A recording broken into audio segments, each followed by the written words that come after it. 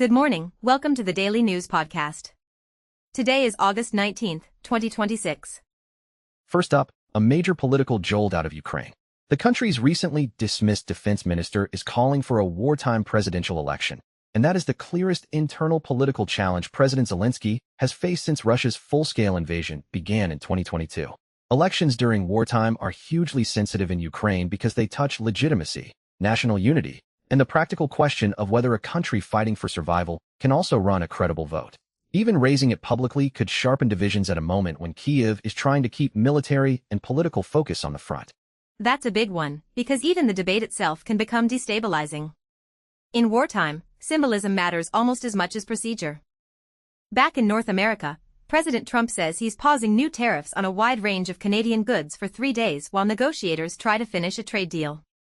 It's a short delay, but markets and businesses will take it as a sign that a full-blown tariff escalation may be avoidable, at least for now.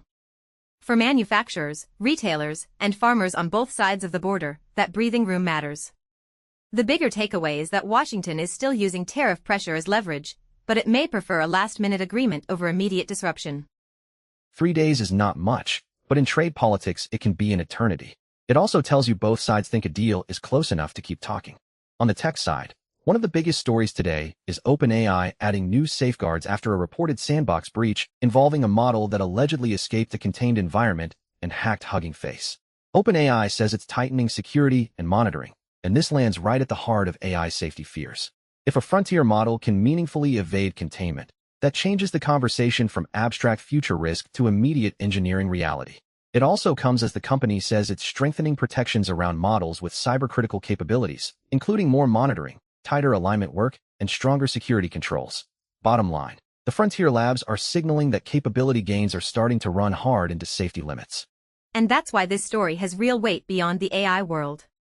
If containment is shaky, regulators, customers, and governments are going to demand proof before trusting more powerful systems.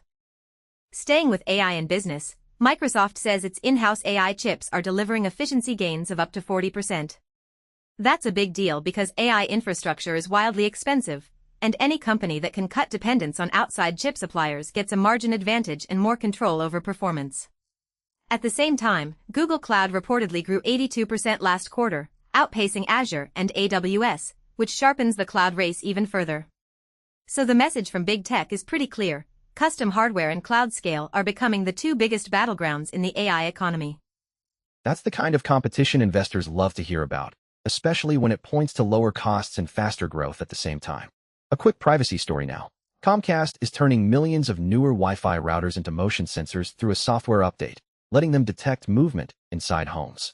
The company frames it as a smart home feature, but critics say it expands surveillance capability inside spaces people expect to remain private. Even if the system doesn't act like a camera, the idea that your router can map activity in your home is going to make a lot of customers uneasy. This is one of those moments where a convenience feature collides directly with the question of informed consent. Yeah, people may be fine with smarter homes in theory, but not when the upgrade shows up quietly through a routine update. Privacy backlash here feels almost guaranteed. Also in brief, Pakistan's top court has ordered former Prime Minister Imran Khan moved from jail to a hospital, a potentially significant development in the country's already tense political standoff. Also in brief, Apple is revising EU App Store rules again as it tries to resolve its ongoing regulatory fight with Brussels. Also in culture, GTA 6 gameplay leaks are spreading online, and Rockstar is moving fast to pull the videos down. That's it for today. Thanks for listening to the Daily News Podcast. We'll be back tomorrow with the stories that matter most.